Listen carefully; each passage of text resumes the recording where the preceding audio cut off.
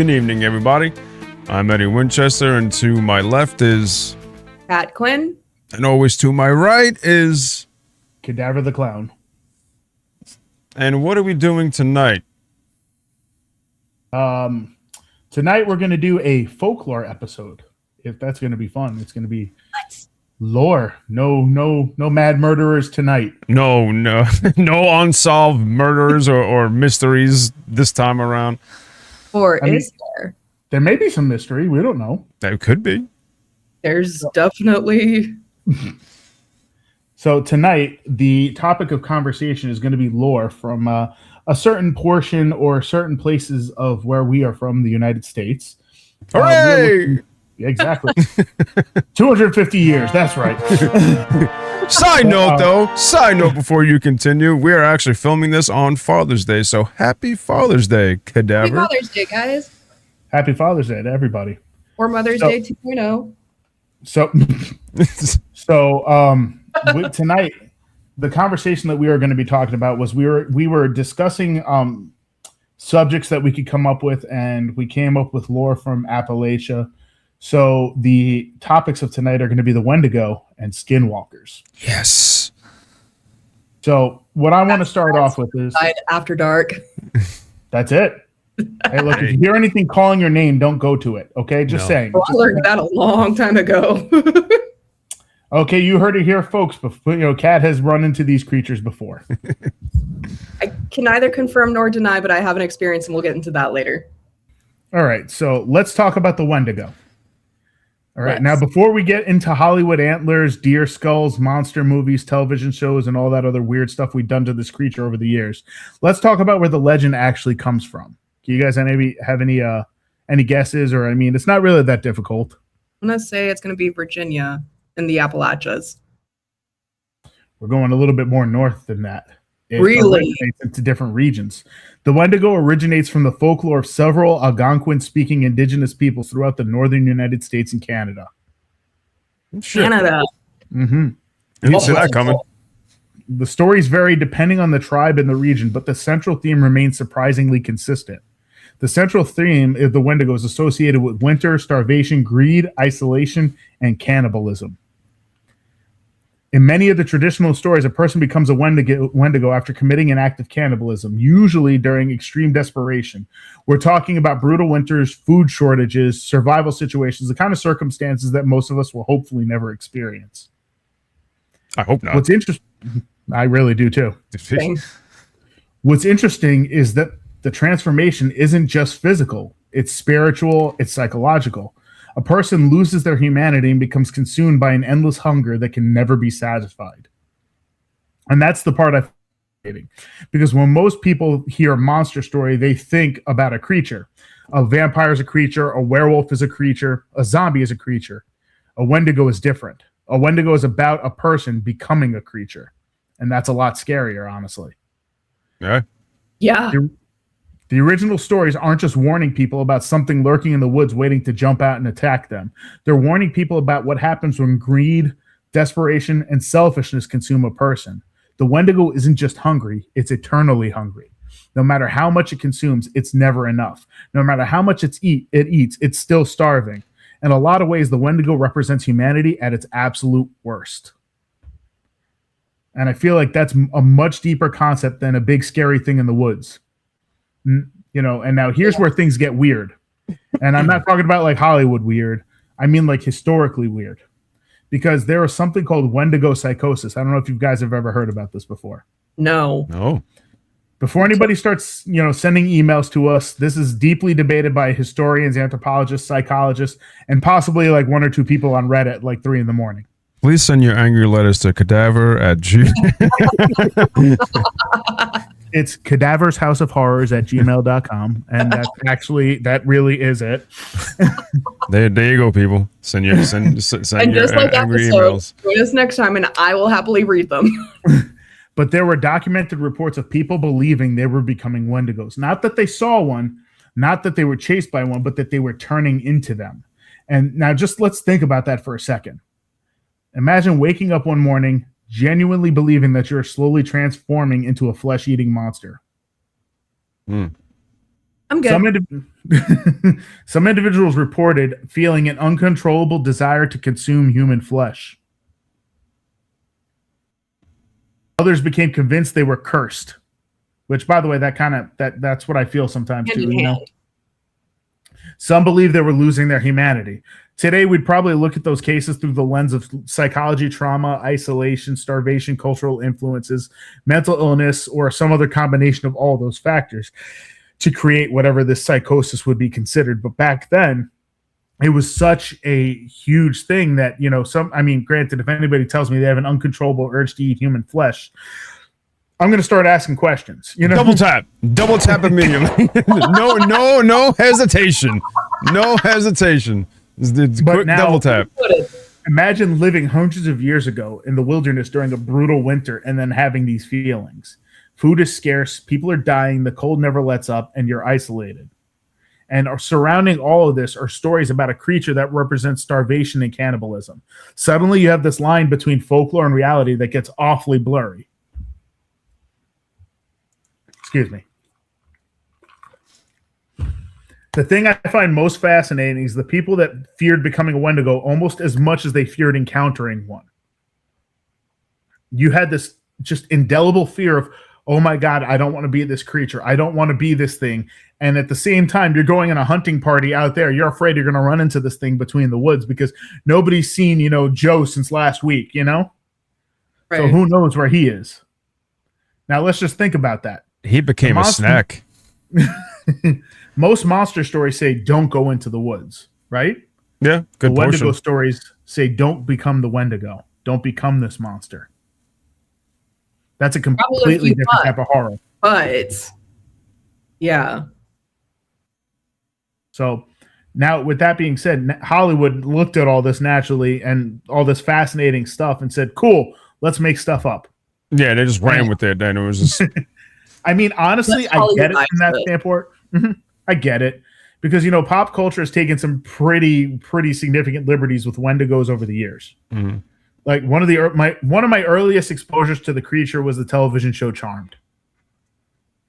So yeah, I see. There's a whole page in the book of shadows. Yes. Now I'll freely admit That's not it. I'll freely admit that Teenage Cadaver had a completely unrequited crush on Alyssa Milano. I think we all did. Let's just be clear about that. I'm sorry. I was a Piper girl. I mean, I was convinced there was a chance. There was not. There absolutely was not. There never will be. I mean, you know, Alyssa, if you're seeing this in the off chance, you know, hey, hit a brother up, you know, just. That's it. I don't know if I have a hall pass or not, but I mean, I'm going to talk to my wife and see what we can do. I was about to say, you're beautiful bride cadaver. Yeah, no, you know what? I'm more afraid of anything that my wife can do than any Wendigo. I'm sorry, but you know. Correct answer. She controls the laundry that controls my underwear and stuff. So I mean,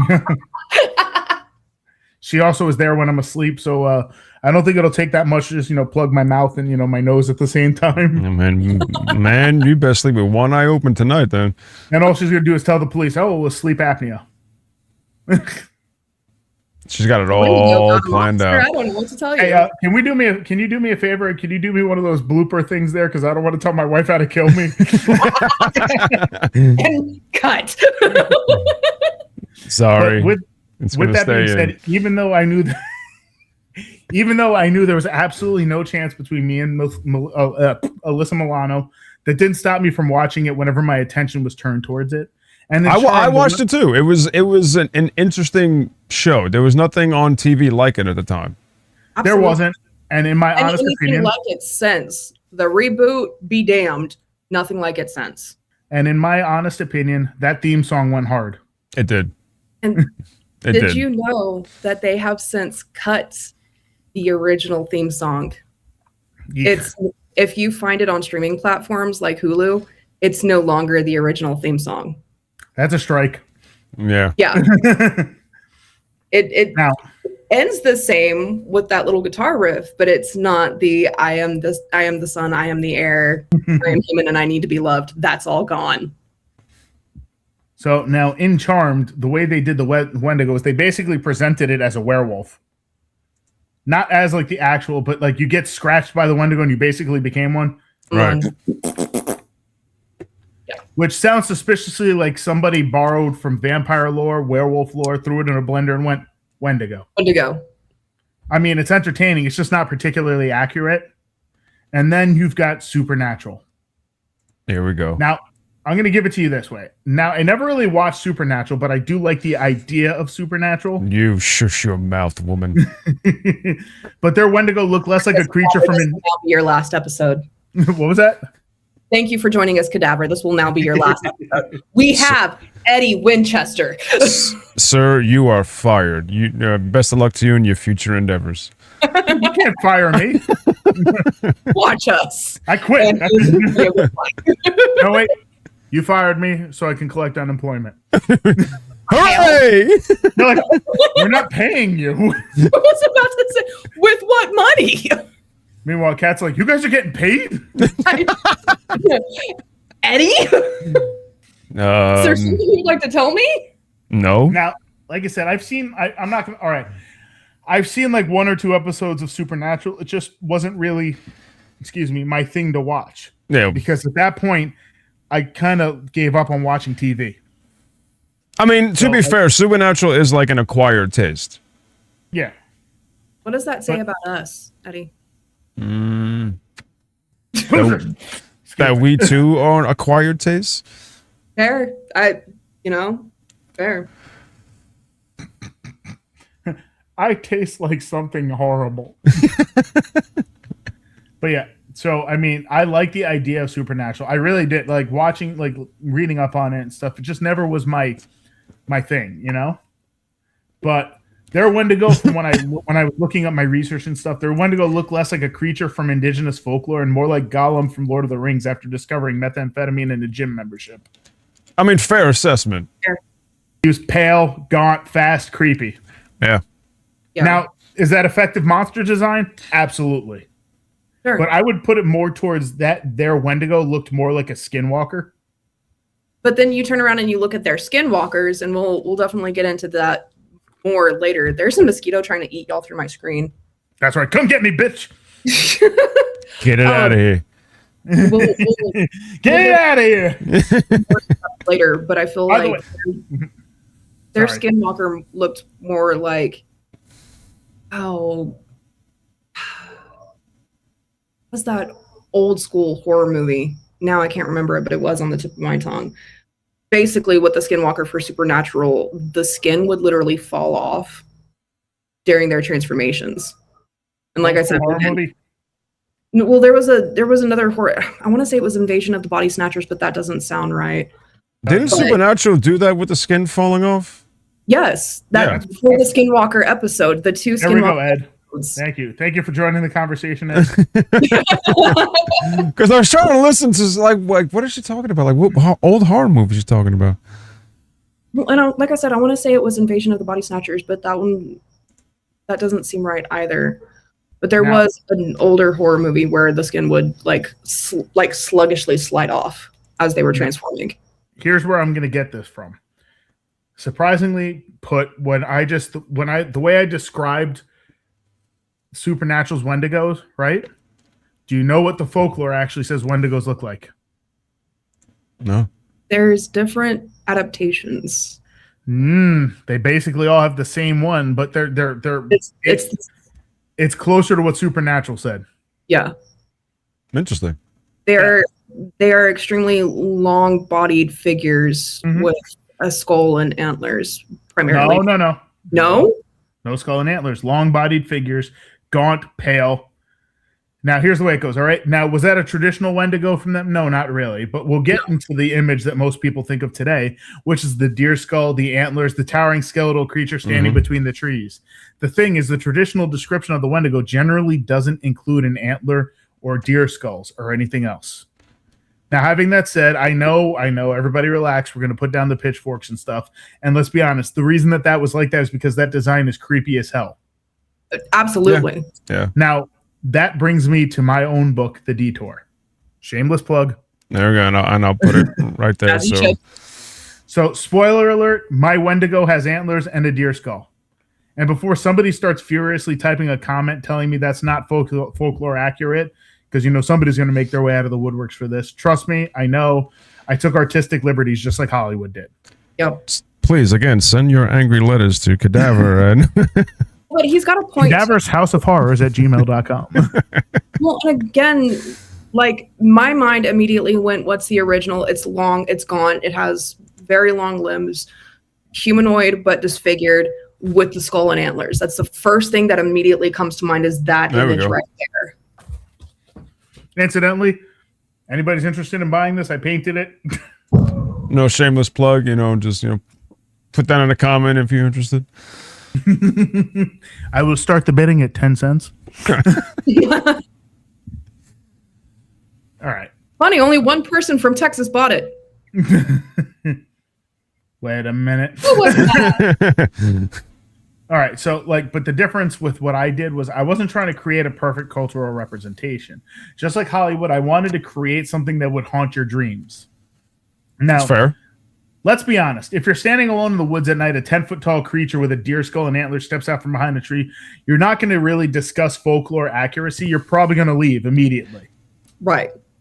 All right, so with that, then we have the movie Antlers, which, before we actually started filming, Kat, Ed, and myself, we were speaking about the representation in movies and stuff, and Antlers was, out of every movie that basically showed a Wendigo in its actual form, or what could be considered a Wendigo, it was the only movie out of all those that really got a theatrical release. Everything else was to streaming service or a B movie, So here's the thing. Antlers managed to accomplish something impressive and infuriating to me at the same exact time.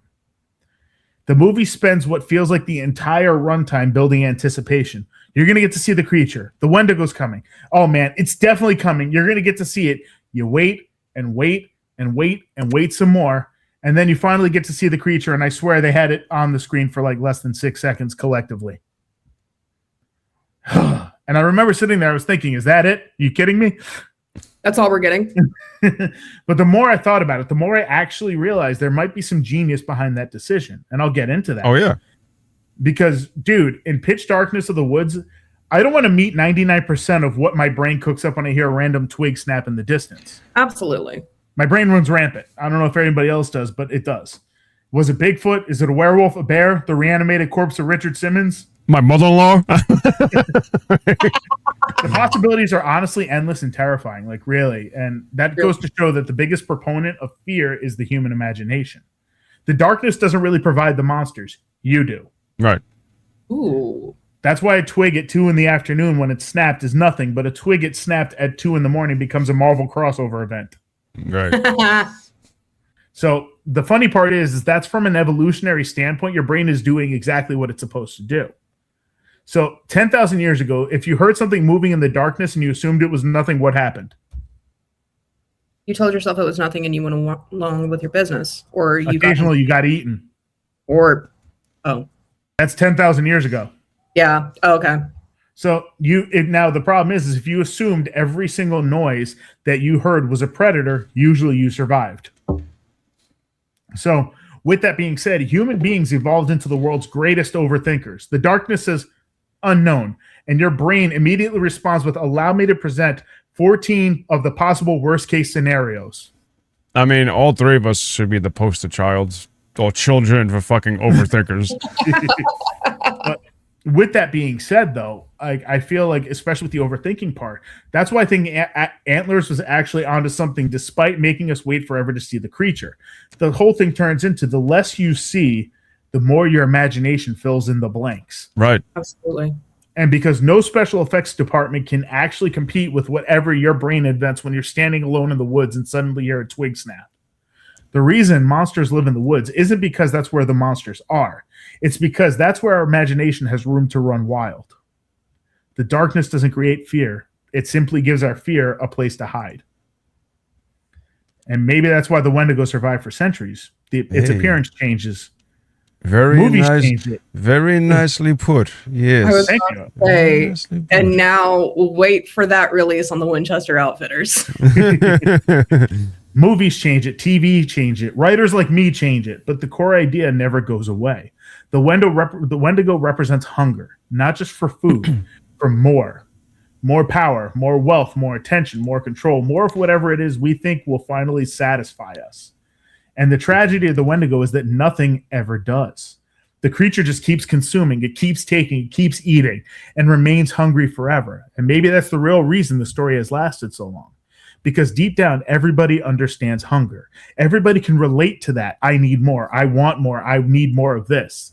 And it's not necessarily for things like, money or whatever else. The actual tale became for this hunger for flesh. So everybody understands that hunger, but not necessarily for flesh, but for something. And to me, that's a lot scarier than the movie Antlers could ever be, ever. This whole not tall tale, but cautionary tale just stays in there, and that's where it came from. So I'm off my soapbox. But yeah, that's basically the gist of the Wendigo. Beautifully said. Beautifully described. I mean, I know I got a little, very, very animated. But with these cryptids, it's kind of hard to not get animated with them because of how animated they are. This is true. Agreed. And kind of like you were saying, one adaptation is just that one person's image of, when I think Wendigo, this is what I see. Mm-hmm. So now they're giving those who have never experienced a Wendigo or heard the legends or even know that this cryptid is in existence. Now that's the image that they have too. Of course.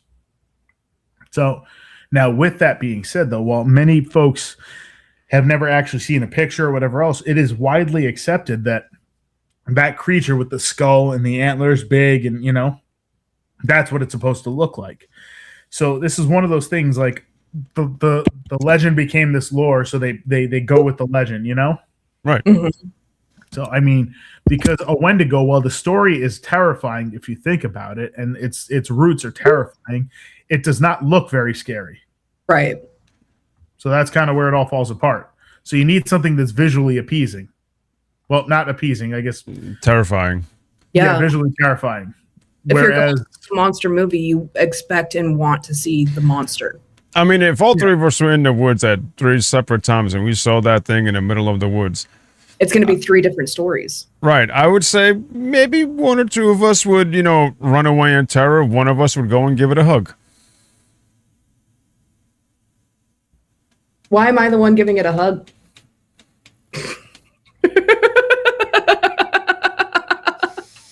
That's a good question. Why? If not friend, why friend shaped? It's just misunderstood, guys. Let me go talk to it. I'll get us out of this. Just remember, human flesh. You is human. Am I? Mm-hmm. Human shaped. No. By the way, incidentally, I would probably go and try and make friends with it too. But I am also my whole thing is I'm stupid. That's why. I also have, and I've had this conversation with work friends in the past, I have final girl complex. There's a noise. I'm going to be the first one to go check it out. It's not your Wi-Fi, because I saw that. My Wi-Fi is stable. Oh, yeah, that was stable. Mm-hmm. At least something over there is.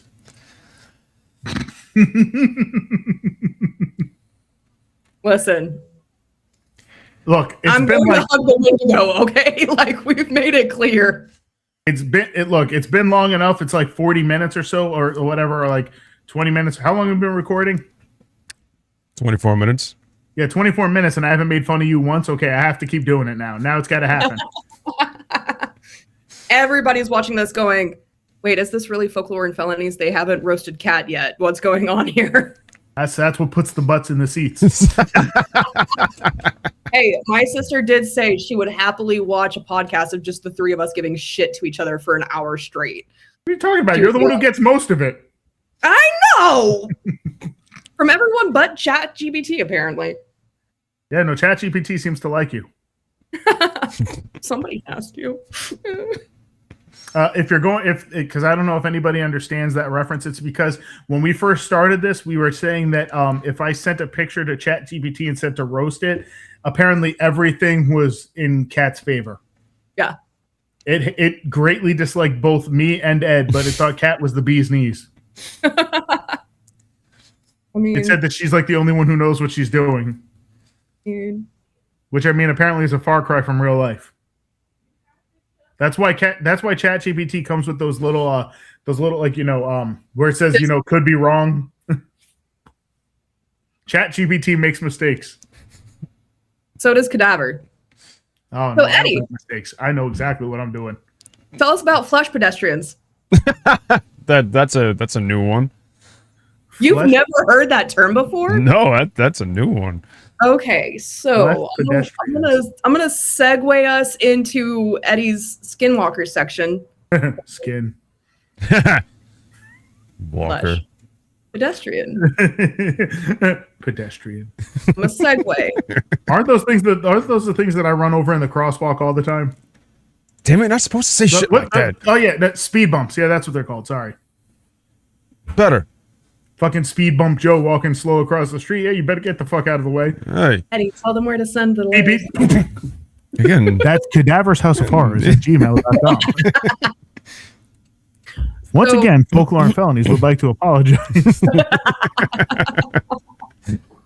Listen, you know what you come for. You know what you clicked on. So one of the things, and Eddie, if I'm stealing your moment, I'm so sorry. Cadaver kind of stole mine just a little bit. One of the legends, myths, cautionary tales of skinwalkers is, and I've said it so many times now, never say the actual name outside after dark. Don't look out your windows after dark. Don't whistle after dark. That also ties to the Wendigo as well, or Wendigo, depending on what part of the country that you're in, because I know we're going to get comments. You're pronouncing it wrong. Wendigo, wherever you're at. So you can't say Skinwalker after dark. Some of us at 3 o'clock on Reddit, I'm not one of them, but the ones who are, began coming up with different terminologies for Skinwalker after dark. Flesh pedestrian was one of the biggest ones that I found, and I have heard previously, especially living in the mountains of New Mexico, Wendigos are, don't mess with those. Skinwalkers are flesh pedestrians, and you don't talk about them after a certain time of the day. That was weird. Sorry. There was a lot of movement outside my door, and there shouldn't have been. See? I wanted to do crop seed. No. Let's talk about these things. That we're saving that for a different episode. By the way, incidentally, when I brought up the Wendigo to a friend of mine who is of an indigenous background, he nearly lost his shit. Yeah. So, there's a thing. Yeah. I've had several people reach out. So what's the next episode about? And I'm like, I'm saying this, watch it with a grain of salt. Big scary monster go grr. Okay. Oh, werewolves. Yay. No. No, it's just a big puppy. That's just a big antlers. That needs lovins and belly rubs like hellhounds. So Eddie. Tell us about flesh pedestrians. All right, so skinwalkers. Damn it, stop doing that. Skinwalkers, flesh pedestrians, whatever the fuck you want to call them, whatever nicknames they got, originate from. What? That's a new one for me still. I'm sorry. I can't get used to it. No. Flesh pedestrians. Look, man, that's like a small jump to fleshlight, and now I feel like, I'm going to start thinking about fucking skinwalkers when I start to... Yeah, no, we're not doing that. Negative. I don't like it. Right, or the patterns. Help me out here. You're the one who started this nonsense. I said let's do something else. No. I'm not talking about that. I'm talking about the flesh pedestrian nonsense. I still, again, I reiterate, I said let's do something else. As I'm listening here and I can hear somebody calling Kat's name from the distance in her frame there. They calling you. Let them. Go ahead and whistle. Get the salt. Will not.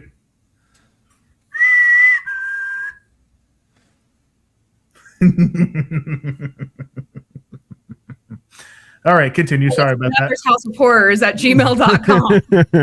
Yes, Cadaver's House of Horror at gmail. I'm 100% serious. That is my email. Go ahead. You're gonna get 1,000 emails tomorrow when you wake I up. love emails. Anyway, Damn it. the Skinwalkers originate from Navajo. That's what I was like. They came from Navajo culture and folklore in the southwestern United States. They are not a generic Native American monster, but a specific concept rooted in Navajo spiritual traditions. The name and the meaning, the English term of Skinwalker, comes from the Navajo word. I can't even fucking pronounce it. I'll put it there on the screen. That's a very specific word. That beautiful. So I don't want to say it and butcher it, and so I'll put it there on the screen. Send your angry emails too. But it translates to by means of it, he goes on all fours, or with it, he goes on all fours. There and there's his email. I told you, it's my email. I ain't scared. Incidentally, if you do send me an email, I may roast you, so just be prepared for that. I don't know if I ever gave anybody the impression that I was nice. No, why would you do that? If I did, I sincerely say fuck you. I mean, I apologize. All right, continue. Yeah, so walks on all fours. Right. This refers to one type of Navajo witch or sorcerer, part of a broader category called, again, I'm going to put it on the screen because I'll butcher the shit out of it, who gains the power to transform into, possesses, or disguise themselves as an animal. God damn. I looked it up. See, like, I don't want to say it and butcher it, so I'm just going to put it on the screen. Spelled phonetically as Yenaldloshi. It's something like that. That's what it says. I'm reading it. So. Yeah. This invokes the image of walking on all four legs like an animal, often linked to the ritual use of animal skins or pelts. Core beliefs and the witchery way. The Navajo tradition, there are two opposing spiritual paths. The blessing way, focused on healing, harmony, protection, and positive ceremonies performed by medicine people. The witchery way, a dark, malevolent form of witchcraft that perverts sacred knowledge for harm, curses, and personal power. Yeah, hey. I bind you, Nancy, so that... That's right, you guys got it. Skinwalkers are practitioners of the witchery way. They represent the ultimate corruption of spiritual power and are viewed as the antithesis of Navajo culture values. How someone becomes a skinwalker. According to traditional accounts, a person becomes a skinwalker through a secret initiation into the witchery way. This typically requires... What? Is that a botched Pepsi commercial? Oh, dude. Ed knows where I'm going with that. Notice cat. Bad form, Peter. Bad form. All right, so sorry about that. Sorry to throw you off there. I just had to add it in. This was typically requires committing a grave taboo of heinous acts, most commonly murdering a close family member, especially a sibling. Murder most foul. All right. Grave robbing, or cadaver, you'd enjoy this one. Necrophilia of the extreme violations. Hey, look, I told you not to bring that up, okay? Come on, man. Hey. Cadaver's House of Horrors at gmail.com. Please buy my book. Lord knows I'm never going to get hired anywhere else after this airs. Some traditions describe skinwalkers as former medicine people or healers who achieved high levels of spiritual knowledge but chose to corrupt it for evil purposes instead of using it for good. Once initiated, they are believed to gain supernatural abilities, including shape-shifting into animals, commonly coyotes, wolves, bears, foxes, or birds. Possessing animals or people and performing harmful magic or curses, sometimes using corpse powder. Bro, if I became an animal like a bird and all of a sudden I had a cloaca, I'd be probably mad too. Yeah, right? All right, just for those who don't know and who aren't in the know, a bird possesses a thing called a cloaca, and that's basically a butt pussy. Ha! Look it up. I'm dead serious. This is gonna air with horrors at gmail.com. Cadaver's House of Horrors at gmail.com. Email me for all your butt pussy talk needs. We're good. You know, if you want to tell me about cloacas, I'm all there. There it is. God damn, this is going to paint me in a weird light. I'm not this strange in real life, I swear. Shut up. Cultural significances and taboos. Skinwalkers are deeply feared in Navajo communities. Stories often portray them as dangerous beings who can appear as animals or humans with unsettling features, such as glowing eyes or distorted faces. They are associated with death, misfortune, and malevolent intent. Because of this, the topic is considered highly sensitive and taboo. Traditional Navajo people are often reluctant to discuss skinwalkers openly, even amongst themselves and especially with outsiders. Speaking about them is something sometimes believed to attract them or bring bad luck. So is it kind of one of those things like if you speak of the devil, it'll come, that whole thing? Yes. As Navajo scholar Adrian Keene has noted, these are not topics that should be casually discussed or appropriated by non-Navajo people. Well, shit. We should have started with that. That will be in the disclaimer. Oh, yeah. God damn it. Similar concepts of malevolent shape-shifting witches exist in other southwestern tribes, such as the Hopi Apache, which I'll put on the screen. If I butchered that, I am terribly sorry. And Pueblo peoples. Right, I said that? But the specific term, detailed lore, and emphasis on the witchery way are most strongly associated with Navajo culture.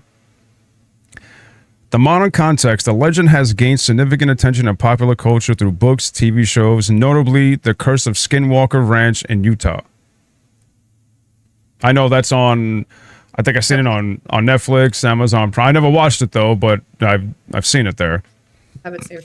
He's never watched it. He likes the idea of it though. and of course, internet stories like, through Reddit and what have you. However, Skinwalker Ranch itself is not located on Navajo Nation and is a separate modern phenomenon that popularized the term beyond its original culture context. In short, skinwalkers are not ancient mythical creatures in the fantastical sense, but a traditional Navajo explanation for evil witchcraft that the corruption of sacred power. The concept is rooted in moral and spiritual teachings about the consequences of choosing harm over harmony. This information comes from anthropological accounts, Navajo linguistic sources, and publicly available folklore records. It is a sensitive topic for many Navajo people, so it should be approached with respect and cultural awareness.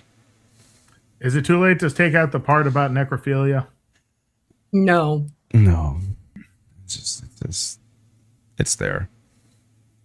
Well, I mean, that's a thing now. Again, Folklore and Felonies would like to apologize for any offense, and please send all hate mail to cadavershouseforwards@gmail.com. No. I'm Cadaver the Clown, and I approve this message. Now, skinwalkers have been adapted into Appalachia. There's no such record or anything leading skinwalkers to Appalachia. They were just inserted into, modern stories and what have you. I think it's more like that Reddit stuff. Right.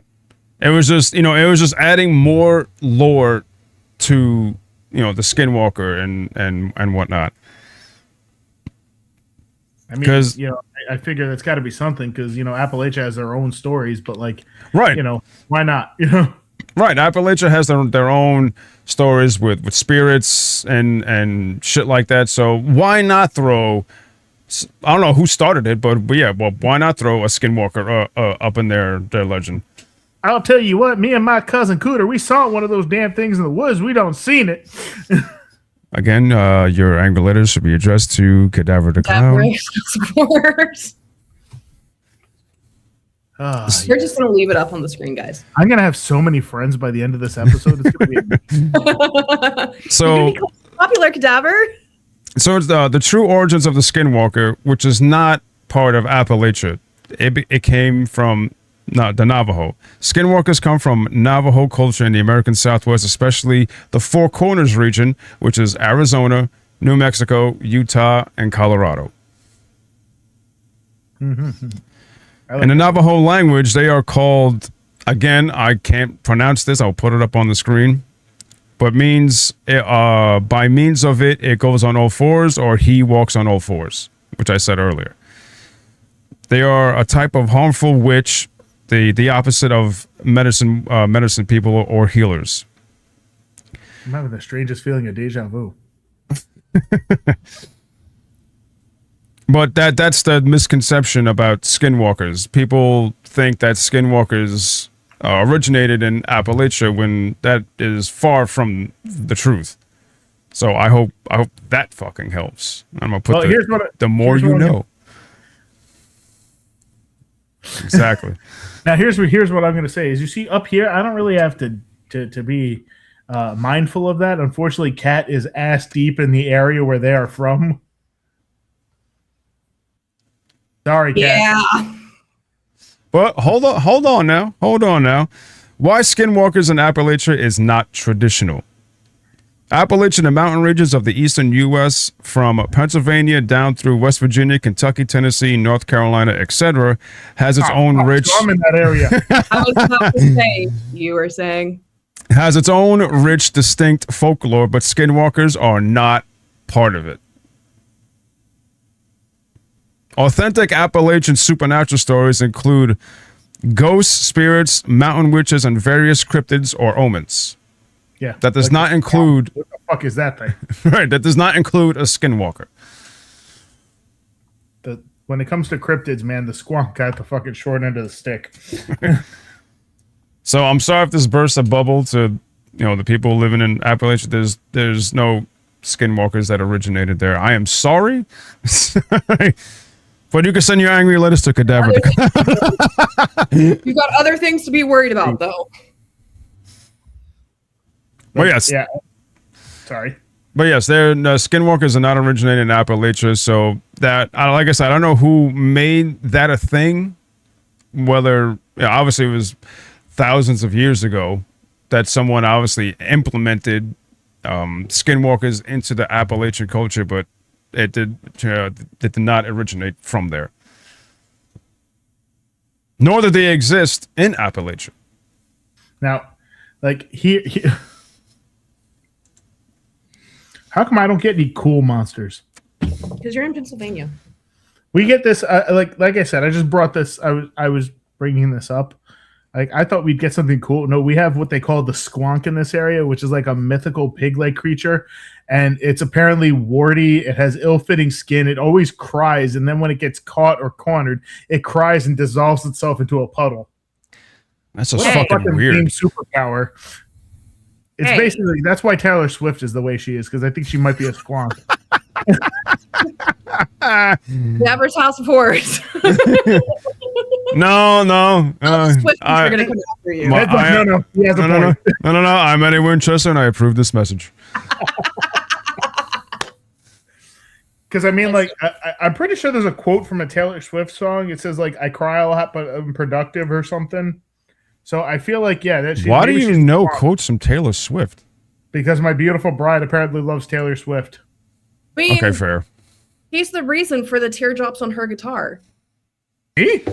That's the only Taylor Swift quote that I mean. Shit, I don't know if I had one. Listen, I had sisters. Mm-hmm. I have a sister, and she was very into like Backstreet Boys when we were younger. So I could sing Backstreet Boys like nobody's business. Not mention that period of my life. Damn it! I mentioned my sister, not yours. You just mentioned it. Oh, I'm not your sister? You're a sister in a different. You're a sister in another way, which I think may be more meaningful or something. Cadaver's House of Horrors. And insert meaningful quote here. Pause for. Go on. So now that me and Cadaver got the Wendigo, however you decide to pronounce Wendigo, and Skinwalker's out of the way. So, Kat, what is the pop culture of the Skinwalkers? Can anybody guess the number of movies on or involving Wendigos in the movie or in the episode? 12. Close. Total modern pop culture referencing Wendigos is only 16. That is including movies and TV shows. Now, really? something that we were also discussing previously, other movies could be included. Of course, you have Antlers being the number one, which was released in 2021, Until Dawn, which was released in 2025, Ravenous in 1999, Trust Me, 2020, The Wendigo, spelled with an I instead of an E, in 2024, Dark Was the Night, 2014, Wendigo, spelled with an E and not the I, in 2002, Blackwood, questionable, 2022, Don't Say Its Name, 2022, The Wendigo, 2022, Ghost Keeper, 1986, The Retreat, 2022, shit. Yeah. The Retreat in 2020, Frostbiter, Wrath of the Wendigo in 1995, Wind and Bone, 2025. I'm not going to try to pronounce that name in 2017. It's Witiko, so Witiko. I apologize if I butchered that. Helltown in 2017. I'm not even going to try to pronounce that one. I didn't know that there were so many. Yeah. This one came out in 2021. Bloodline, no release date, Wendigo in 2019, and The Lone Piper in 2025. Then you also have Supernatural, which was in the first season, but I couldn't find the exact episode. But that is where Sam and Dean get called because a sister calls in saying that her brother went camping. He's been checking in with them regularly, and then they don't hear from them. They end up not finding the brother the way that they expect to, but it ends with the family is reunited. Then, of course, you also have, as we mentioned earlier, the Charmed episode. Eddie, if you would be so lovely as to put a picture of the actual Wendigo page from the Book of Shadows, my happy little teenage heart would be very appreciative. I'll try my best to find one. If you can't find it, I will. That was also listed where the Charmed ones, Piper, Phoebe, and Paige actually do go on trying to locate this Wendigo because it has now possessed a human. So, of course, naturally, the Charmed ones being the ones that bring balance to both humanity and the magical world do their best to save. Oh my God, I forget what my sister is screaming at me. Anyways, they try to save Skinwalker, the innocent. They try to save the innocent. Now, the word "the innocent." The innocents. I couldn't remember it. Again, that's not your sister screaming at you. That is the rest of the entire. Davers House of Horrors at gmail.com. Subject at Cat Quinn. Cat with a K. So I will be sure to forward everything. Now, as far as Skinwalkers go, there are only 10. Flesh pedestrians. There are only 10. That bothers me so much. I don't know. It ain't right. So you have Skinwalker in 2021, Dawn of the Beast in 2021. I didn't think that was a Skinwalker movie, but The Retreat in 2020, Skinwalker in 2007. I thought you said the Retreat was more Wendigo, not Skinwalker. No, that was Ritual. Oh, well, you said The Retreat before. I'm misspoken. Said The Retreat. Again, I know we brought this up earlier. I do not deem The Ritual as that, but okay. The Descent from 2005, which I didn't consider those skinwalkers, but they were blind cavefish people. Yeah. Ravenous from 1999. And Double in the Dark, 2017. I feel like a lot of people take the Wendigo and the Skinwalkers and they think they can interchange them. They pretty much, yeah. Oh, like, they blend them together. Because then you also have the Wendigo from 2022. Skinwalker Ranch, the movie from 2013. And then Antlers closing it in 2021. There is an episode, as we were talking earlier, from Supernatural where Sam and Dean find there's actually 2 episodes where the Skinwalker is involved. There is the earlier season, I believe it's season...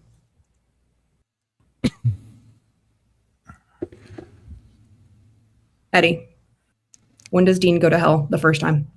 Cass pulls him out. That was when he got attacked by the Hellhound. So, was that episode 4? Season 4? Yes, because it was supposed to. It was because it was supposed to. The show was supposed to end with season 5. Right. So yes, season 4 track. So yes, Cool.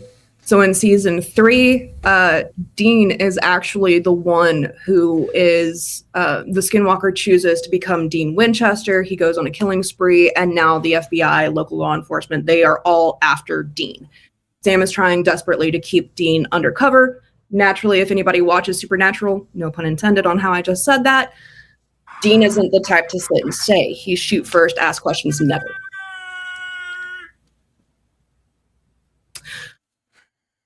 So they have to hunt and kill the Skinwalker to clear Dean's name and get the fuck out of Dodge. No pun intended. The next episode is way later on in the season. They actually discover that a Skinwalker man has fallen in love with a human woman. They now have a child. They initially think that they are actually hunting the baby, but that is not the case. This is one of the very few times that the Winchester brothers don't actually gank whatever it is that they're after. They allow him and the child to live because they realize that he is not, in fact, a monster. He is just simply a person trying to raise his child and coexist as easily as he can. As far as movies that were not listed, one of the first ones that come to mind when discussing the Wendigo is... cannot remember when the movie was actually released, but M. Night Shyamalan's The Village. Now, if you've never seen The Village, sorry, spoilers, you've had plenty of time to watch it if you're a true horror fan, or if you're an M. Night Shyamalan fan, you've had your time, you missed your chance, spoilers ahead. Cadaver had some choice words for M. Night Shyamalan before we... He did. M. Night Shyamalan, come get me. cadavershouseofhorrors@gmail.com. Let it rip! Go! And I approve this message because I, for one, love M. Night Shyamalan. Yeah, I believe that was in 2004 because I remember I went to see it in the movies. 2004 sounds right because I was just a young man. I was like fresh in high school when it came out, so I'm still not catching what it's saying. It's Homer Simpson screaming, "Nerd!" Listen. I caught it the first time he played it. I caught that. Did you not hear what Eddie just said about washing your ass with witches who dabble in dark magic? Clearly. Anyways. Information superhighway. Stuff goes in, doesn't come out. Mm-hmm. So no, it comes out. Some can actually say that the creature from the movie M. Night Shyamalan's The Village could be considered a Wendigo. Now, the premise of The Village is this is set in like the 1600s of it all. You cannot go into the woods. The creature will get you. The creature will kill you. The creature is now moving closer into town. It gets to the point where the main character, played by Bryce Dallas Howard, a family member of hers has been attacked. she must venture out into the village to get medicine from a neighboring village in order to save his life. She is hunted down. She is attacked by the creature. Is she also blind? She is also blind. So you have a woman in her early 20s, late teens, going out into the terrifying forest that they have never been allowed to go into. You do not ever leave the town, especially after dark. They send her with everything. One of the myths of the village is if you wear a yellow cloak, you are safe. So the creature begins chasing her, and you actually get to see this. Eddie, picture down below. You get to see the creature. Yes, it is absolutely, thank you. It is absolutely terrifying. It has a monstrous head, spikes coming out of its back. Kind of looks like a porcupine if you look at it just right, or a hedgehog. The image of Sonic immediately comes to mind. It's absolutely terrifying, and it's wearing a distorted red cloak. Mm-hmm. She ends up falling into a mud pit, and she becomes absolutely terrified because even though she can't see that she's covered in mud, she can feel that she's covered in mud. So she's desperately trying to get the mud off of her. It's not working as far as she can tell because it's still slippery, it's still slimy. She still believes that it's there. Yeah. Long story short, beautiful chase scene, heart pounding the entire time. She ends up, either she or another one of the villagers ends up setting a trap. She is able to find the trap. She lures the creature to it. It falls in the trap. She then discovers that it's not an actual creature, but a human man. It is actually a disabled boy from the village who she was very close with and grew up with and was a very dear friend of hers. She doesn't know that it's him, but the audience gets absolutely destroyed in seeing that it is him. Now, if I can preface this, if you mind if I step in. Absolutely. The village elders and stuff with that whole thing, that kid was never meant to be wearing that. It was supposed to be. They actually discover after she leaves that one of them is missing, and so is he. Mm-hmm. So, yeah. Mm-hmm. The premise of what I was getting to, and that leads into it perfectly. It's actually the village elders that are keeping everybody secluded in the village by dressing up as these creatures. So it is actually the village elders taking out the village members themselves to keep order and dominance within the village. Bryce, tell us how it's fear, just like Cadaver was talking about with his story on the Wendigos. She's actually able to make it through and come to find out that this is not set in the 1600s like you've been believed. An actual sheriff's deputy, played by M. Night Shyamalan himself, actually pulls up and tries to help her. Camera pans out. Pennsylvania. Ugh. And it's in Pennsylvania. Camera pans out. It shows where the village is located in the forest, and there is a thriving, bustling, early 2000s city not far from them. It's a beautiful story of how control and fear can absolutely keep people segregated and thinking that this is the only way of life.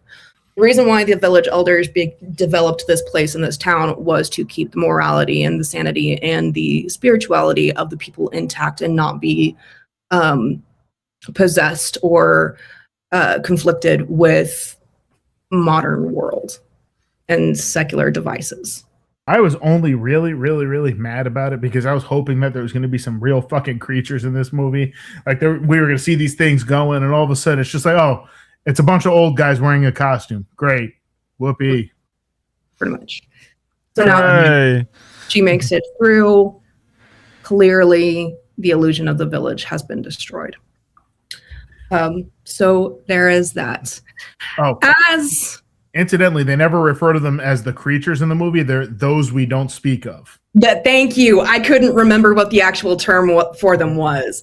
That movie had such a grip on me during my childhood that I wanted to be Bryce Dallas Howard's character for Halloween on so many occasions, and I could never find a cloak close enough to that yellow to actually make it work. I don't know. Die Hard had a grip on me in my childhood. Shit. Just your childhood? No, I think it still does. It does. I was about to say. Apparently, also, if you guys didn't know Ed when he was growing up, also The Crow had a lot to do with him too. Yeah. It did. The Crow. Let's see, the Death of Superman issue from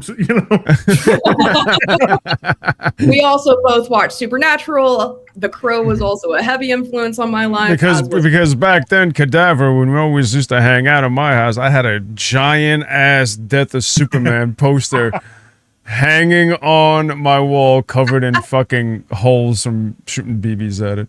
He probably still has it too. He's just saying that. Fucking wish I did. That thing got torn to shreds, and it was the original too. I wish I still fucking had it. Do you know what I have? What I had for the longest time that I didn't. You remember the first year we did Nightmare? They had those giant Saw posters. Yes. I had one of those in my house for the longest time, and the thing was massive. Yeah. It like took over an entire wall in my room. I wonder whatever happened to that. So now that we are discussing teenage years, speaking to a specific soul sister, when I say this, she's going to get a kick out of this next part. Hey, soul sister. Moving into Skinwalkers, and move into them. something that can be listed, heavily debated. Baby Cat, I'm so sorry. Spit it out. The Twilight Saga by Stephanie Meyer. Oh.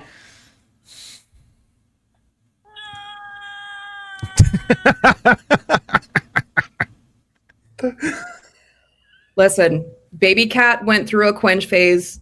She was a twihard. She was there at the midnight premiere of the first Twilight movie wearing a Team Edward shirt. And my mom specifically spray painted both me and another one of my sisters head to toe in glitter spray paint because we couldn't find body paint.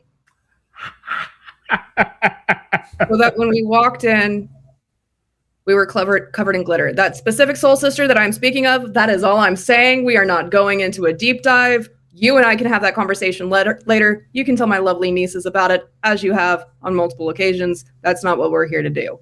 There are those who argue that the werewolves of the Twilight Saga or the Twilight movies or the Twilight trilogy, whatever you want to refer to it, the saga for the movies, the trilogy for the books, a lot of people heavily debate that the werewolves were not actual werewolves. They were, in fact, shapeshifters and or skinwalkers who could shift at any point. All you had to do was piss them off, and boom, they would change. So if you're going that route, then what's the word I'm looking for here? The people from Harry Potter that can change back and forth to animals, like Sirius Black. Yeah, Animagus. Would you consider that the same thing?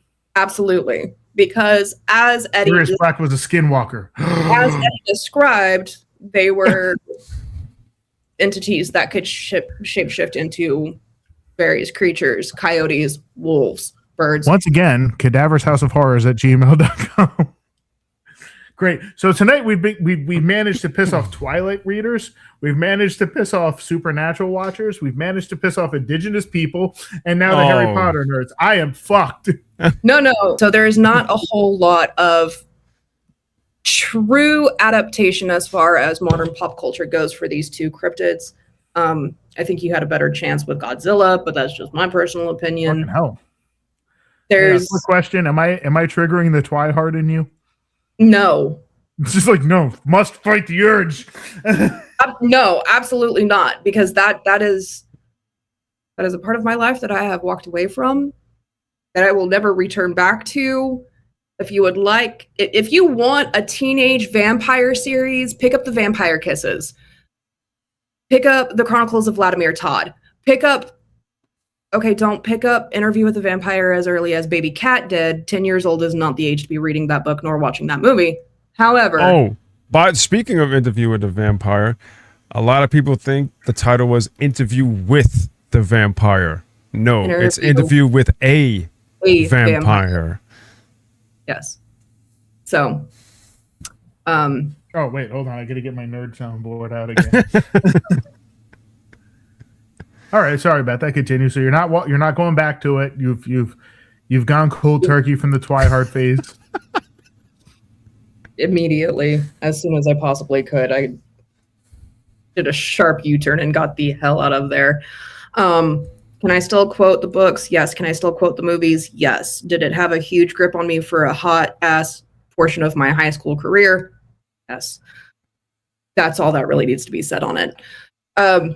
So as far as modern media and pulp culture goes, there's not really just a whole lot that really says this is what this entity is. I would like to think that it is more out of respect for where these cryptids originate from and being respectful to the cultures in which they originate from. And that leads us to, gentlemen, the custom discuss portion of this episode. Okay, I like it. I will go ahead and say this, that in this aspect, I did not realize that skinwalkers were, I mean, to oversimplify it, but they were like the evil witches and wizards of the tribe. With that also being said, I also did not realize that, Kat wanted to be the fucking Volturi when she was younger, I didn't want to be the Volturi. I wanted to be a Cullen. I'm so glad the servers for MySpace are down, because I know Cadaver would go on a deep dive, and I would. I'm so glad that those servers are down. Let me call my boy Tom. He was on my top friends forever. Did anybody ever really know Tom? From what I understand, he apparently sold all that off and then is traveling the world or something. That's exactly what he's doing. Back to Wendigos and Flesh Pedestrians. Custom discuss, gentlemen, our thoughts. If I hear shit out in the woods like somebody whistling, I'm not going near it. Yeah, nope, fuck that. In your many adventures, have y'all ever encountered something that you thought did you ever encounter something out anywhere that your brain immediately went to one of these cryptids? Yeah, my grandparents used to own a campground upstate, and it was 96 acres into the woods and stuff. And there have been a lot of interesting things that I've seen out there, creepy things and stuff that you can't really explain. But your brain automatically overthinks and tells you what it is. Yeah. And my grandfather every year would do toward the end of the season, because they would end at the tail end of September, October in that area for camping season. And toward the end of the season, he would always do this thing, this ghost story where we'd go out and he'd tell the story of the headless campground owner. He did that to a bunch of the kids there. And one year he ran out and he was wearing a costume, and he grabbed one of the smallest kids that he could find and he ran to the woods with him. And this kid, I guess he thought the kid would just, kind of, scream, whatever else. No, this kid proceeded to kick him straight in the groin and run away. Atta kid. So meanwhile, all you hear from the woods is, little fucking bastard kicked me in the dick. Completely broke the illusion. That was the last year it ever happened. But I mean, being out there in the woods, we used to have these sites called the pine sites, and they were the deepest, darkest part of the woods out there because there was no light whatsoever that could reach in there. So during the day, it was dark. At night, it was even worse. And it was just nothing but silence. You couldn't hear anything. And you'd go through there, and sometimes you hear things walking. You'd hear, and while it could have been a deer or it could have been something, it's your body. It just goes crazy. Well, if it's a mountain lion, I ain't going out there. Well, goddamn murder kitty out in the trees. Logic to what actually is making the noise and actually walking out there with you. Well, you see, a mountain lion's just as dangerous. Well, no shit. A bear, just as dangerous.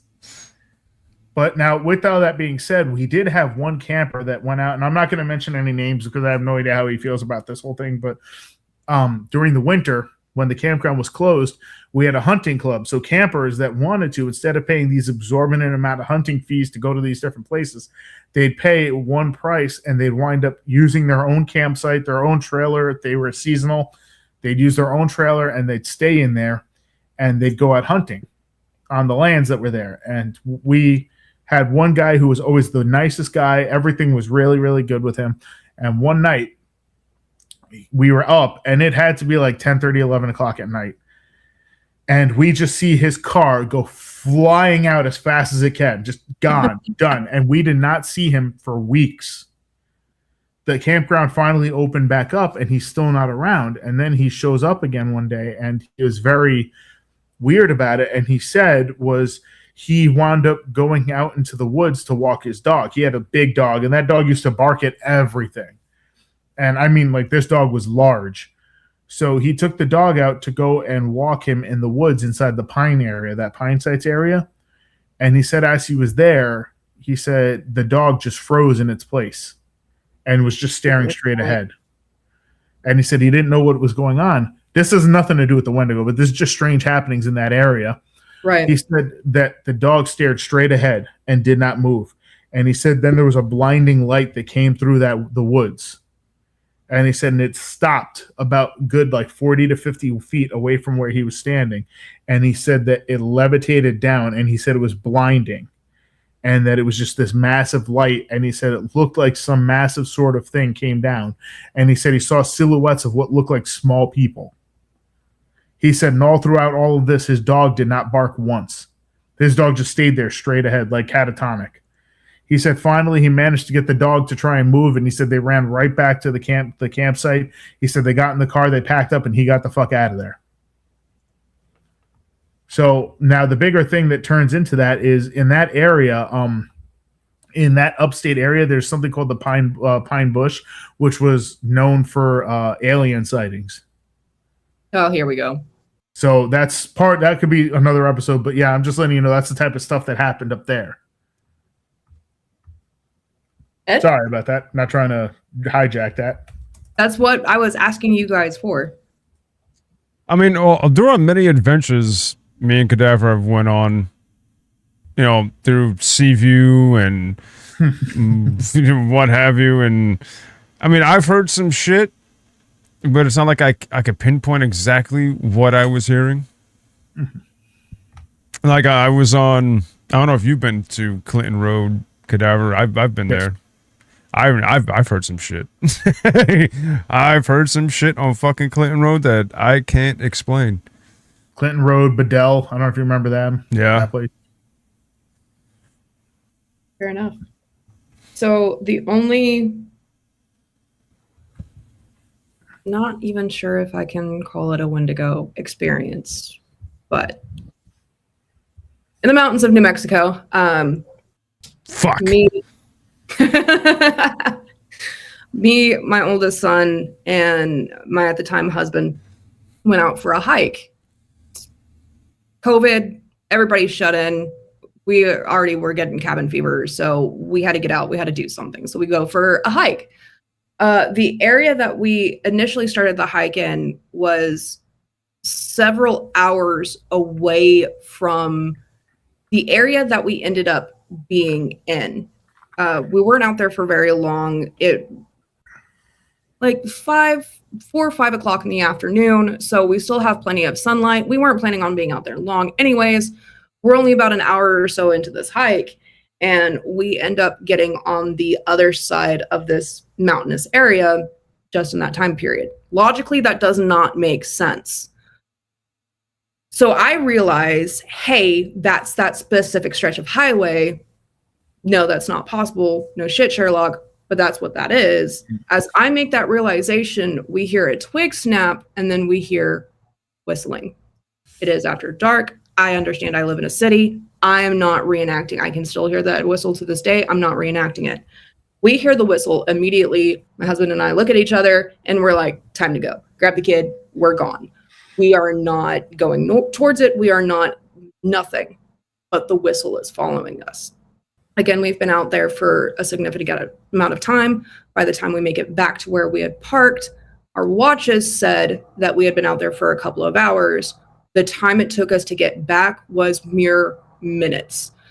He walks around a tree in an area that does not look familiar. It's not the way that we came in, but he walks around a tree. He stops dead. Immediately, my entire everything is like, something's up, something's not right. He turns and looks at me, and he goes, we've been out here for a while. And I said, yeah, we have. And he goes and explained to me why we're already back at the truck. The whistling followed us the entire time. We got in the truck. We did not go back home because we would have to take an alternate route because we lived in a mountainous city or in a mountainous town, very small town.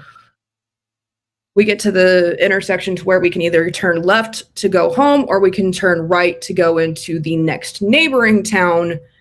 We did not turn left. We got off the mountain as quickly as we possibly could and stayed a couple of hours until we were both calm enough. The boy had ice cream, so the boy had no idea what was going on, why we were freaking out. He just knew that he got ice cream and chicken nuggets, so he was happy as a clam. Us, on the other hand, we were like... so we're never doing that again. Agreed? Agreed. We're never going back up to that spot. Agreed? Agreed. And have not gone back to it since. Wendigo? Possibly. Other hikers fucking with us? Possibly. Brain clearly says logic be damned. Wendigo. Well, Wendigo really, like they said that the Wendigo with things like that, it would call you. Right. And it would sound familiar. Right. So it could call to you. And they also said that it has a stench to it. It stinks. Right. So, I mean, I don't know about the whistle. I'm not going to get close enough to tell you if there was a smell associated with it. Because that might be the last thing you smell. Right, exactly. And again, if it's me by myself, like I said at the beginning of the episode, final girl complex. I'm going to check it out. I had my son with me. I'm not going to check shit out in the middle of the forest when the only thing I have on me is a pocket knife. And this is how Kat winds up disemboweled on the floor of the forest. Just know that my last words were, "Here, kitty, kitty." Oh, my God. Yep, that's me. I bet you're wondering how I got into this predicament. Listen, if there is ever a news where a goth woman disemboweled on a mountainside, please know it is Kat Quinn. And my last words were, "Here, kitty, kitty." I saw a meme like this, and they said it's always going to be me. It's like the cops showing like a woman, like, "Oh, we believe that your husband was killed," you know? And she's like, "Well, why is his shirt off?" "Well, we believe he took his shirt off when he challenged the raccoons to a fight." Guys, if there are any other cryptids that you would like us to do, if there is something from your town, if you think that you may have experienced either a Wendigo or a flesh pedestrian, please let us know. Leave it down in the comments. Hit the subscribe button. Hit the like button. Ring the notification bell. Do all of the things. Let us know what you want to hear next, be it a folklore or a felony. As always, I'm Kat Quinn. I am Eddie Winchester. And I'm Cadaver the Clown. And this has been Folklore and Felonies. Catch you on the next one.